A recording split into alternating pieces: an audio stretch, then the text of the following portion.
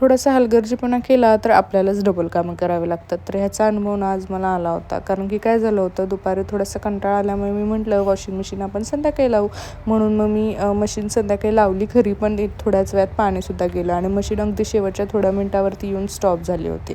आणि आता हे सगळं मला डबल काम करावं लागणार होतं. तरी मी म्हटलं थोडा वेळ वेट करू, पाणी आलं तर मशीन पुन्हा स्टार्ट करता येईल. म्हणून मी पहिली किचनमध्ये गेले आणि जेवण बनवायला घेतलं.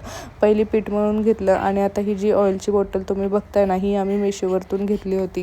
ह्याच्यामुळे ना ऑइल स्प्रे करायला खूप इझी जातं, म्हणून ही मी चपाती बनवण्यासाठी सुद्धा यूज करते. खरं तर ही आम्ही घेतली होती एअर फ्रायरसाठी, पण मी ह्याच्यासाठी सुद्धा यूज करते. आणि त्याच्यानंतर म्हटलं भाजीला काय बनवायचं बघायला गेलं तर माझ्याकडे कांदासुद्धा एकच शिल्लक होता. अरे बापरे, म्हटलं हा दुसरा प्रॉब्लेम आला.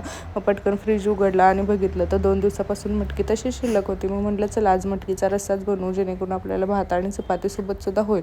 आणि रस्सा जसा फोडणी दिला तसंच ग्रंथासुद्धा रडत उठली. म्हटलं अरे आज का असं होतंय माझ्यासोबत. मग ग्रंथाला घेतलं आणि पटकन मटकीचा रस्सा बनवला. कारण की मी ऑलरेडी फोडणी दिली होती, त्याच्यामुळे मी रस्सा अर्धवट सोडून तर जाऊ शकत नव्हते. म्हणताना मी कसाबसा तिला घेऊनच हा मटकीचा रस्सा पूर्ण केला. आणि नंतर म्हणलं ही थोडी खेळते का किंवा झोपते का बघू.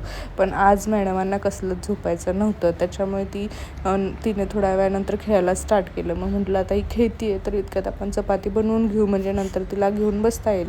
म्हणून मग मी पटकन गेले, चपाती बनवायला घेतलं. आणि जे काय आज साहित्य माझ्याकडे अवेलेबल होतं आणि इतक्या प्रॉब्लेम्स नंतर मी हा इतका सिम्पल मेनू आज बनवला होता. मटकीचा रस्सा, चपाती आणि भात. तर हे सगळं कंप्लीट झाल्यानंतर म्हटलं आता आपण पहिली TV बघूयात, कारण खूपच वैताग आला होता मला. म्हणून मी पहिली बिग बॉस लावलं आणि बिग बॉस बघत आजचं माझं जेवण मी एन्जॉय केलं. तर असा होता आजचा माझा दिवस. चलो बाय.